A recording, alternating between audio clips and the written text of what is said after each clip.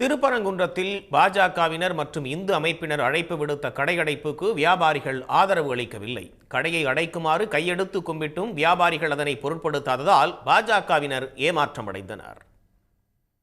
திருப்பரங்குன்றம் விவகாரத்தில் திமுக அரசுக்கு எதிராக இந்து அமைப்பினர் மற்றும் பாஜகவினர் சார்பில் இன்று முழு கடை அடைப்புக்கு அழைப்பு விடுக்கப்பட்டது.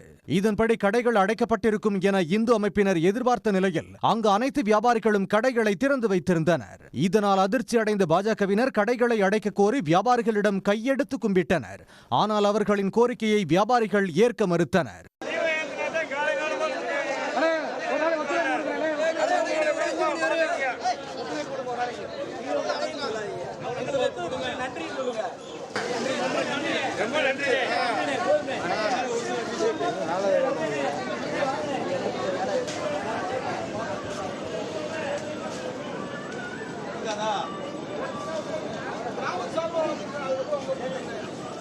திருப்பரங்குன்றம் அமைதியாக இருப்பதாகவும் இதனால் கடையடைப்பு தேவையில்லை எனவும் வியாபாரிகள் தெரிவித்துள்ளனர். எந்த பிரச்சனையுமே கிடையாது, எதுவுமே கிடையாது, அமைதியாக தான் இருக்குது.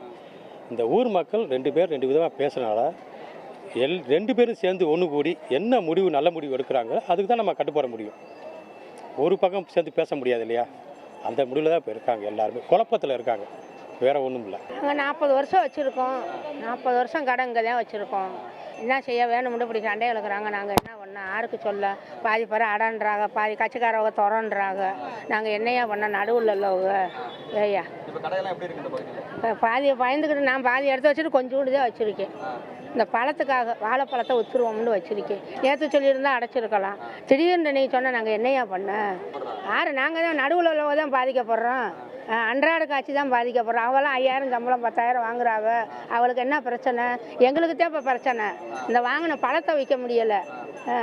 அம்மா பயந்துக்கு தான் அடைக்கிறாங்க. சண்டை ஓட்டுருவாங்களோ மல்லு கட்டிடுவாங்களோ. இந்த 3 நாள் இதே ஆர்ப்பாட்டம் தானையா? உயிரை காப்பாற்றணும் இல்லையா? உயிரை போயிடுச்சுன்னா யார் என்ன செய்ய போகிறோம்? திடீர்னு ஒரு தள்ளு முள்ளாகி அடித்து மல்லு கட்டிடுறாங்க. தேங்காய் கொண்ட மண்டையை உடச்சி போடுவாங்களே. என்ன செய்ய சொல்கிற? பயம். கடையடைப்பு அழைப்புக்கு எதிர்ப்பு தெரிவித்துள்ள வியாபாரிகள் சங்கத்தினர் இந்த விவகாரத்தில் உள்ளூர் மக்களால் எந்த பிரச்சனையும் இல்லை என திட்டவட்டமாக கூறியுள்ளனர். எங்களுக்கு மக்களுக்கு தேவையானது இன்னும் கிடைக்கல திருப்பரங்குன்றத்தில். அதுக்கு தான் நாங்கள் போராடுவோம். வியாபார சங்கத்தில் பொதுவுக்கு தான் போராடுவோம், எப்பவும் போராடுவோம். வேறு மற்றதுக்கு எதுக்கும் போராட்டத்துக்கு போகிறது கிடையாது. இப்போ கடை அடைக்க சொல்லி எங்களுக்கு நைட்டு 10:30 மணிக்கு எங்களுக்கு ஃபோன் பண்ணாங்க.